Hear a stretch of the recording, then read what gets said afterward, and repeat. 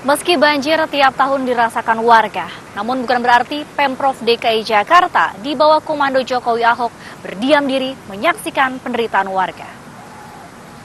Berbagai upaya telah dilakukan walau hasilnya masih jauh dari memuaskan.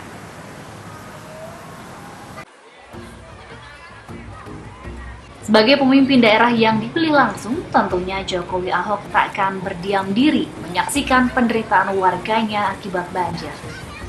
Terlebih akibat banjir tidak hanya dirasakan oleh warga yang langsung rumahnya tergenang banjir, namun juga berdampak luas dan menimbulkan kerugian yang cukup besar hampir setiap tahunnya. Berbagai upaya telah dilakukan duet Jokowi Ahok untuk mengendalikan banjir di Jakarta, di antaranya dengan melakukan normalisasi sejumlah waduk seperti Waduk Pluit dan Waduk Ria Rio. Waduk Pluit yang dahulunya terlihat kumuh mulai ditata rapi dengan ditambah fasilitas taman di sekitar waduk. Warga yang selama ini mendiami di sekitar bantaran waduk direlokasi ke rumah susun yang telah disediakan seperti Rusun Marunda dan Rusun Pinus Elok dengan berbagai fasilitas yang telah disediakan. Ya, ini kita sekarang memang memulai pembangunan rusun ya, tahun ini kita mulai dan tahun depan akan melompat, jumlahnya sangat besar sekali. Tadi sudah disampaikan oleh Pak Ketua Dewan tadi, kira-kira 200-an rusun dan kita targetkan setiap tahun seperti itu terus. Sehingga kebutuhan yang ada di masyarakat itu betul-betul bisa kita penuhi. Dan kita memang ingin tidak memindahkan hanya 1, 2 orang, 3 orang dari RT mana, tapi langsung di bedol 1 RW.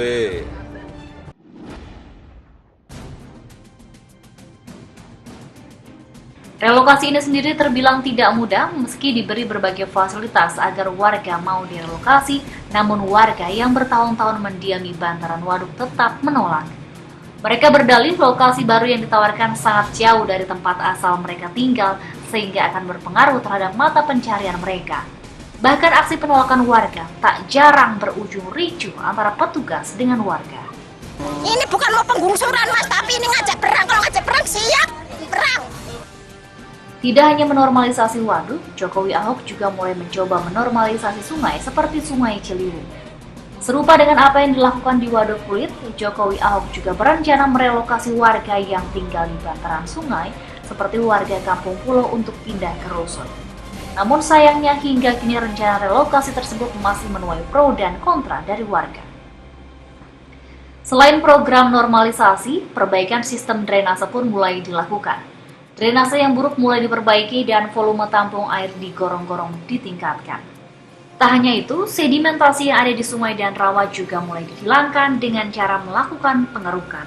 Penghijauan juga mulai ditingkatkan, sejumlah taman diperbaiki dengan menambah pepohonan yang ada. Untuk melakukan hal tersebut, Pemprov DKI Jakarta di bawah kepemimpinan Jokowi Ahok tak tanggung-tanggung menaikkan alokasi anggaran khusus untuk banjir. Jika pada tahun 2013 alokasi untuk banjir sebesar 2,31 triliun rupiah dari APBD, pada tahun 2014 ini anggaran untuk banjir naik menjadi 5,5 triliun rupiah. Anggaran sebesar itu untuk normalisasi, pengerukan, pembebasan lahan bantaran, pembuatan waduk baru, dan pembangunan rusunawa. Normalisasi sendiri akan dilakukan di 13 sungai besar yang melintas di Jakarta dan 864 saluran mikro yang terhubung dengannya. Pembebasan lahan direncanakan dilakukan untuk semua permukiman di bantaran sungai, sedangkan pembangunan rusunawa ditargetkan mencapai 200 blok per tahun. Selain sungai, Pemprov juga akan menormalisasi waduk dengan menggunakan anggaran tersebut.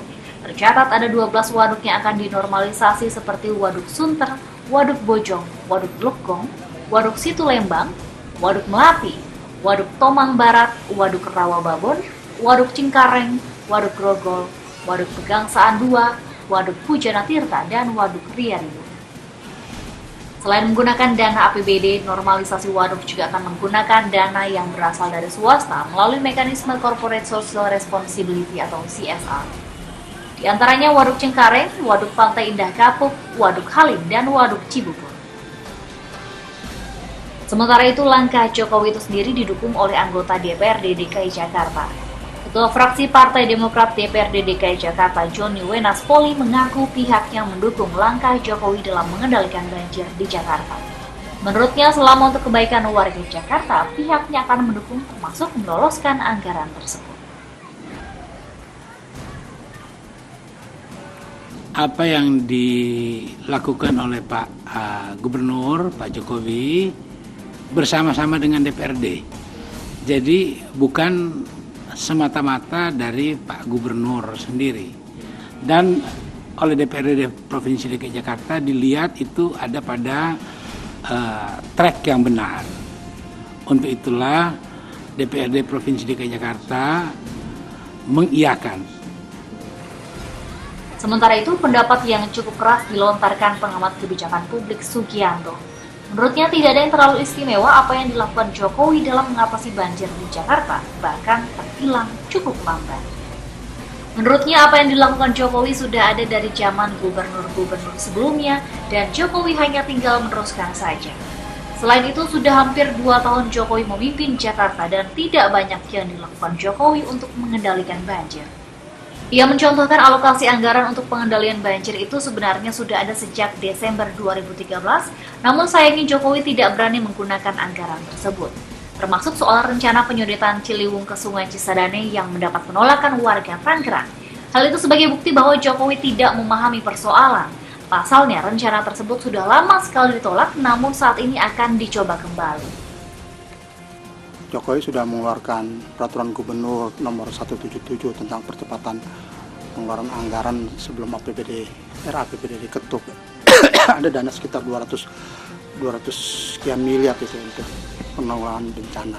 Itu mungkin bisa diambil dari situ. Dan saya rasa itu diambil dari situ. Nah, tapi di publik dibilang dananya nggak ada. Padahal sudah ada. Itu tanggal 30 Desember 2013 peraturan gubernur dibuat untuk pengeluaran anggaran percepatan sebelum APBD. Jadi telat, jadi terlambat mengantisipasinya sehingga banjir itu kita lihat di mana-mana terjadi.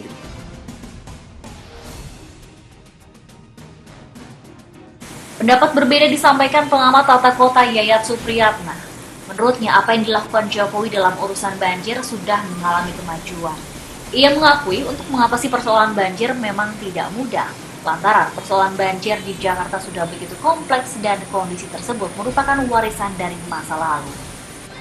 Namun begitu, ia menyarankan agar solusi banjir yang dilakukan Jokowi tidak melulu harus melalui pendekatan proyek, karena persoalan banjir tidak hanya urusan teknis proyek saja, namun terkait juga aspek sosial dan penegakan peraturan serta pengawasan. Pendekatan terhadap masyarakat untuk merubah perilaku masyarakat agar tidak membuang sampah sembarangan, tidak tinggal di bantaran sungai, dan sebagainya juga jauh lebih penting. Selain itu, ia juga mengaku pesimis banjir Jakarta akan bisa hilang meski berbagai upaya telah dilakukan. Karena persoalan banjir di Jakarta sudah begitu kompleksnya, selain kondisi geografis Jakarta yang memang wilayah rawan banjir.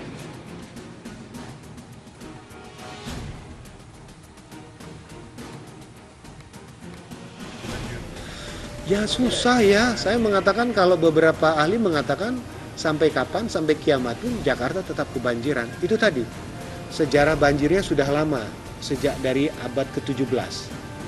Sudah ratusan abad loh, berlalu sampai sekarang, abad ke-17 sampai sekarang. Belum diperparah lagi dengan kepadatan penduduk, kota yang semakin rusak, hulu hilir semakin rusak. Jadi yang bisa kita atasi sekarang, mungkin yang bisa kita lakukan adalah melakukan gerakan menabung air ketika air itu melimpah dengan waduk, sumber resapan, menambah wilayah tangkapan airnya.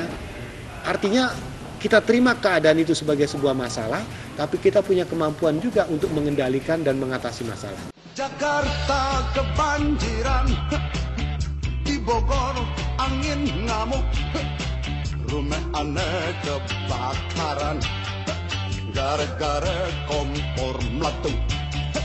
Aneh jadi gemeteran, warawiri keserimpet. Berbagai upaya dilakukan, banyak harapan yang dibebankan kepada pemerintah Jakarta untuk mengatasi banjir yang menjadi bencana. Namun banjir tiap tahun selalu ada, memupus asa warga Jakarta yang sudah bosan dengan bencana. Kapankah banjir lenyap dari Jakarta? Ya, pertanyaan itu selalu ada setiap hadirnya bencana. Namun tak elok jika mengatasi bencana, semua dilimpahkan kepada pemimpin kita tanpa kita ikut berupaya. Saya Deborah Pumus, sampai jumpa. Coba tenang, jangan ribut, jangan pada